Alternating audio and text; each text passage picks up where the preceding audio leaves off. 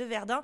À mes côtés, Samuel Hazard. Bonjour Samuel Hazard. Bonjour, bonjour à tous. Vous êtes donc le maire de Verdun. Vous êtes également président de la communauté d'agglomération du Grand Verdun. Alors donc là, on est à la mairie, dans les salons d'honneur. Vous pouvez peut-être nous présenter plus précisément la salle où on se trouve, car Verdun, sans son histoire, c'est pas Verdun.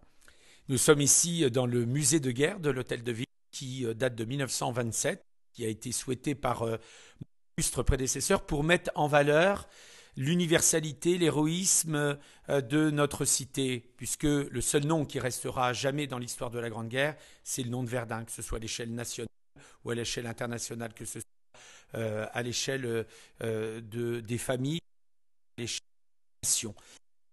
Vous le voyez devant nous, vous avez ici les 26 décorations. Verdun est la ville la plus décorée de France, évidemment, de que le président Poincaré a remise à la ville de Verdun le 13 septembre 1916.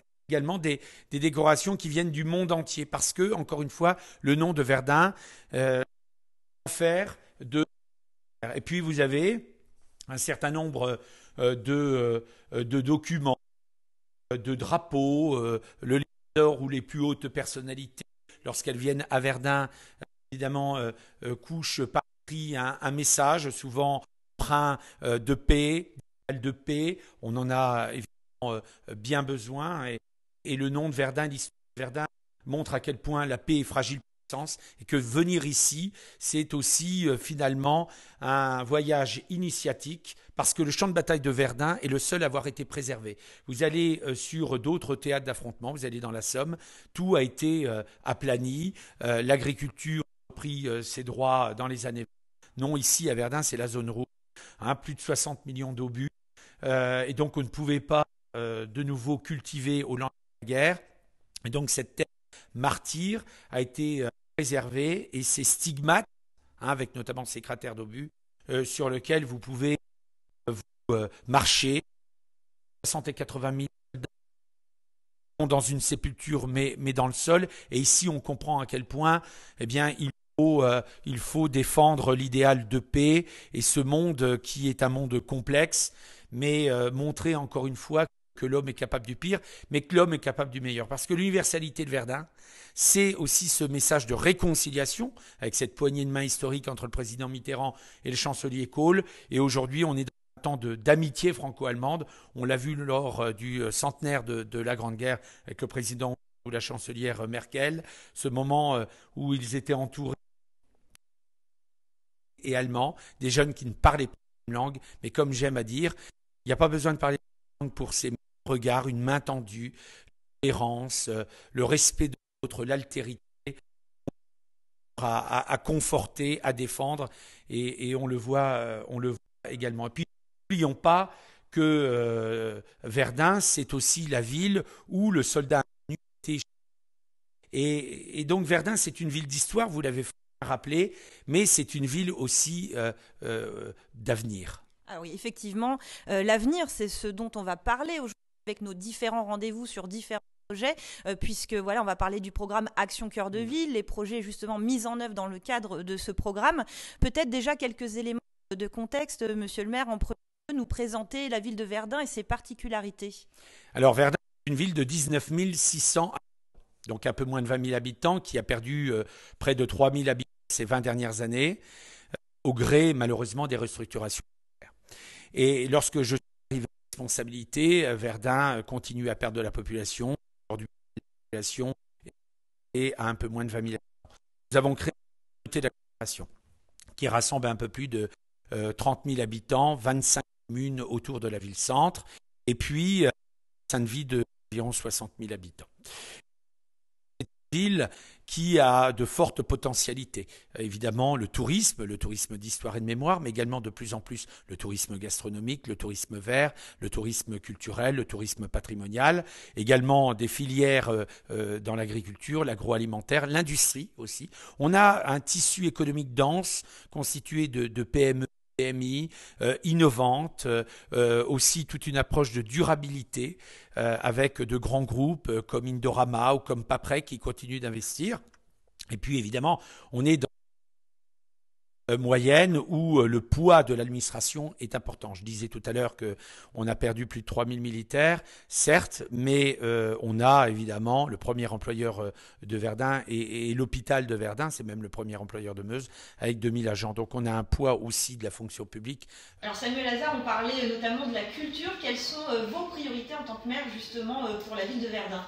Alors les priorités sont nombreuses et elles sont transversales. Autrement dit, aussi bien l'économie, notamment l'économie dans le numérique, avec un espace de coworking. On aura l'occasion tout à l'heure de parler du 3e lieu aux Fabriques Réunies. Aujourd'hui, Verdun est une ville entièrement fibrée. Le télétravail s'est développé. Il y a de plus en plus de personnes actives qui travaillent dans les grandes métropoles, qui veulent venir s'installer à Verdun de par l'excellence, je me permets de le dire, du cadre de vie. Également, évidemment, les projets en termes de durabilité. L'économie sociale et solidaire, je le disais tout à l'heure, il faut savoir qu'un territoire comme le nôtre, son développement, il est aussi bien exogène, par l'arrivée évidemment de nouvelles entreprises. On a plusieurs groupes qui s'installent dans le secteur de Verdun, mais il est aussi endogène, par les projets de nos concitoyens ou d'entreprises locales, d'initiatives privées, voire publiques.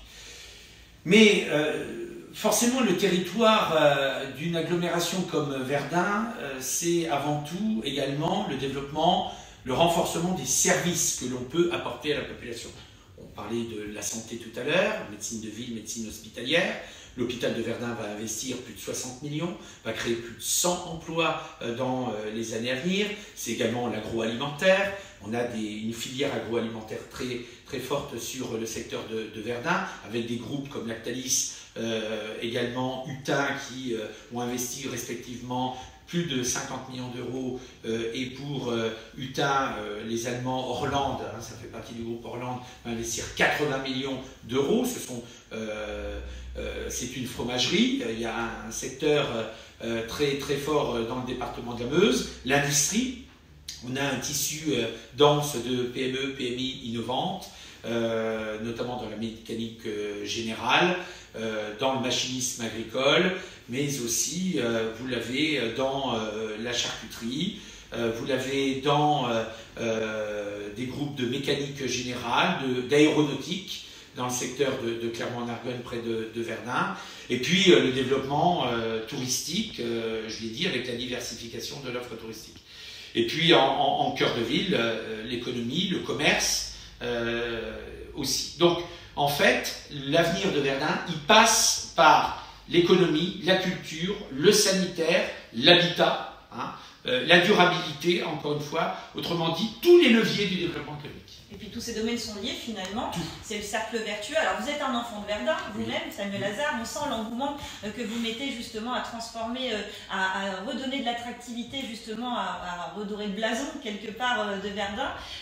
Vous restez optimiste, vous êtes optimiste, quel est votre état d'esprit justement par rapport à tous ces projets qui se mettent en place? Je crois que vous avez bien dépeint mon état d'esprit, c'est-à-dire qu'en effet je suis un enfant de Verdun. Depuis l'âge de 8 ans, j'en ai 42 aujourd'hui, ça fait 8 ans que je suis maire de Verdun. Je crois en cette ville, je crois en son histoire, mais je crois en son avenir. Et la première richesse d'un territoire est ses habitants, j'aime à le rappeler.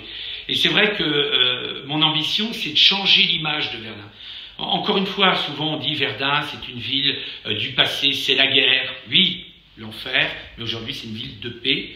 C'est une ville où il y a énormément de manifestations. On prend le cas des manifestations culturelles du mois de mai-juin jusqu'au mois de septembre, avec presque des manifestations tous les week-ends, le Musique et Terrasse, et cette année le grand festival où il y a plus de 65 000 visiteurs. Et les gens viennent à Verdun, parfois ils viennent de Metz, de Reims, de Nancy, du Luxembourg, de Belgique. Et quand ils viennent à Verdun, ils se disent « Ah oui, la ville, c'est pas l'image que l'on avait. » Et ça, c'est le plus dur pour nous. C'est un vrai challenge, c'est un vrai défi. C'est comment faire pour que l'image de la ville soit conforme à la réalité et loin des représentations prégnantes. Je crois encore une fois qu'on a tout ici pour être heureux. On a un savoir-faire, on a des expériences, on a des compétences et on a une population qui très largement aspirent à faire évoluer en bien cette ville. Et ça, c'est essentiel. Oui, parce qu'il y a toutes vos équipes derrière vous et on va le voir justement au travers des prochains rendez-vous live Maison de Santé qui a été inaugurée il y a 1 an. Mais on va aussi parler effectivement des Fabriques Réunies qui est un projet en devenir et la médiathèque qui est en chantier. Donc tout ça, on va voir cet engouement de la part justement des habitants de Verdun. On se retrouve à 15 h à la Maison de Santé.